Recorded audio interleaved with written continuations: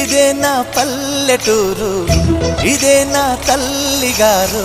మా ఊరి పాడి పంట రాములోరి దీవెనంట. తల్లి గోదావరి నీళ్ళు కడిగే సీతమ్మ పాదాలు. ఊరంతా హాయ్ హాయ్ హాయ్, మనసంతా హాయ్ హాయ్ హాయ్. ఇదే నా పల్లెటూరు, ఇదే నా తల్లిగారు. మా ఊరి పాడి పంట రాములోరి దీవెనంట.